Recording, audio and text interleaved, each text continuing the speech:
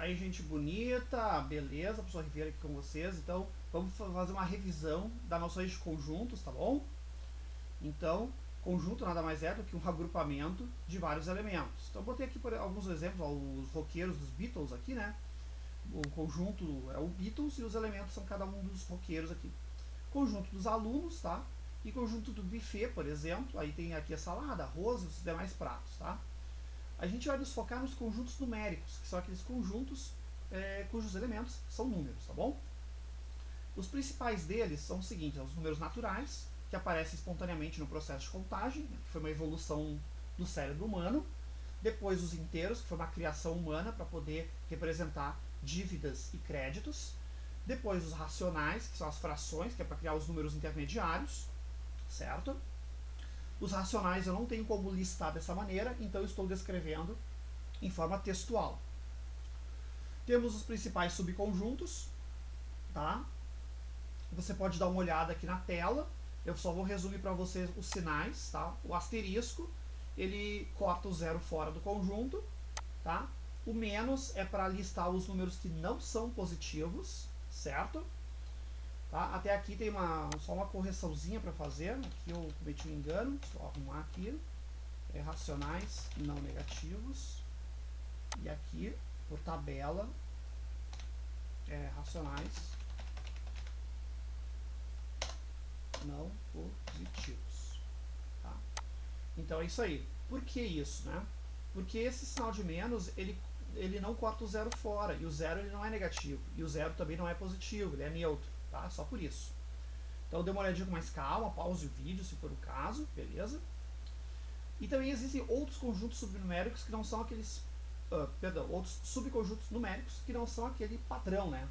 Então você tem que dar um nome para eles, em geral uma letra maiúscula do alfabeto latino, um texto breve para explicar o conjunto. Tá? Aqui eu marquei que é infinito, só para conscientizar, né? E depois a gente tenta listar os números. Se for um conjunto finito, você tem que listar todos eles, tá bom? Se for um conjunto infinito, você lista alguns e marca com as reticências. Seguindo em frente, então, como é que a gente opera conjuntos? Temos três operações. A primeira delas é a união. A união, tu pega todos os elementos que pertencem ao conjunto A, por exemplo, e todos que pertencem ao conjunto B. E aí você une eles. Se houver elementos repetidos, você não conta duas vezes o mesmo elemento, você só conta uma vez. Tá? Então, dá uma pausa na tela e veja o exemplo ali.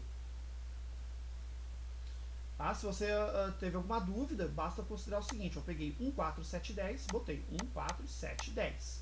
Depois nós temos o 2, o 4 eu não vou pôr de novo, porque o 4 já está lá, o 8 e o 12.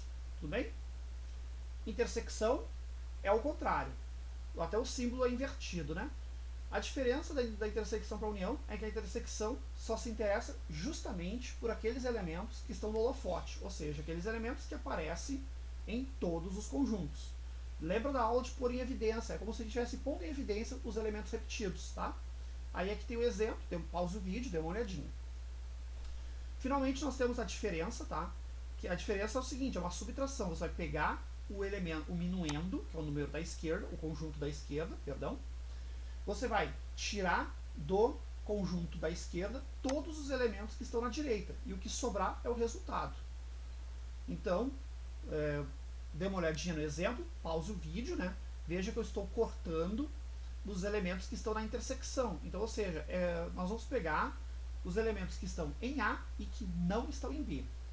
Detalhe, a ordem importa. B menos A é diferente. Tá? Vou deixar para você fazer aí e pensar para ver se você entendeu. Então nós temos um exercício prático resolvido sobre esse assunto, tá? Pause o vídeo, anote no caderno.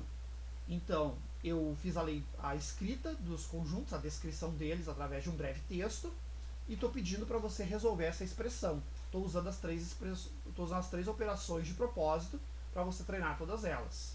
Então vou combinar assim, ó. Pausa, anota, e aí dá o play. Pausa, anota, e assim vai indo. Aí vai acompanhando. Então, passo 1, transforma todos os elementos, né? Pega o texto e transforma em lista, certo?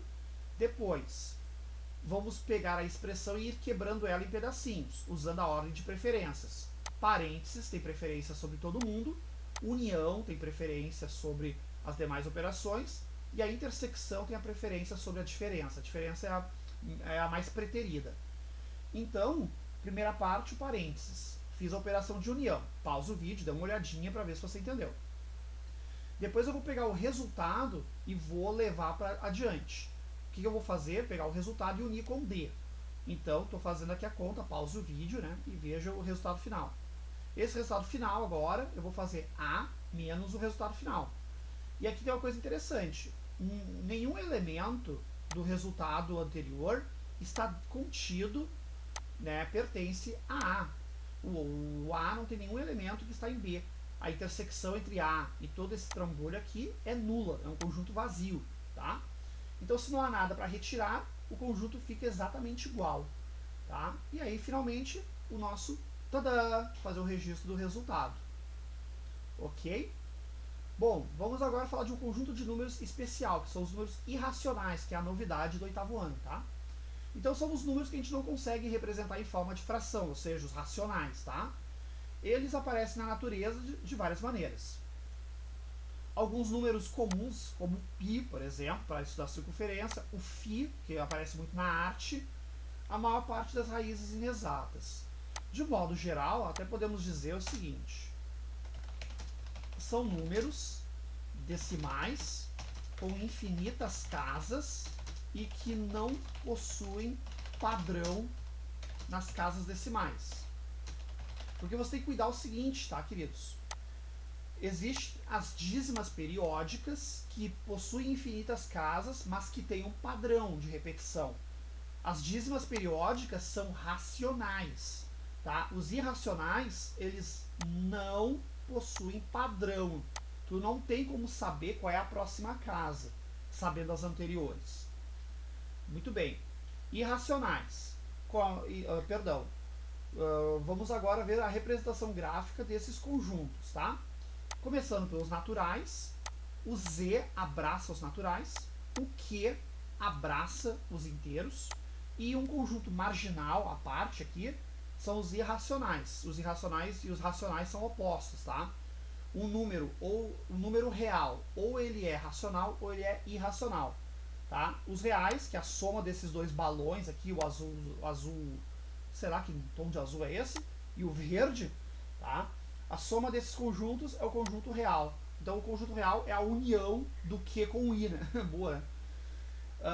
Então, é só lembrar, R igual a Q mais I, Renato tem QI, né? E agora, vamos dar uma olhadinha na potenciação, que é uma operação necessária, que faz parte do seu programa. Então, aqui recapitulando o que é uma potenciação, multiplicação sucessiva, vamos às propriedades que servem para a gente poder fazer contas mais rapidamente. Multiplicação de bases iguais, soma os expoentes, simples assim.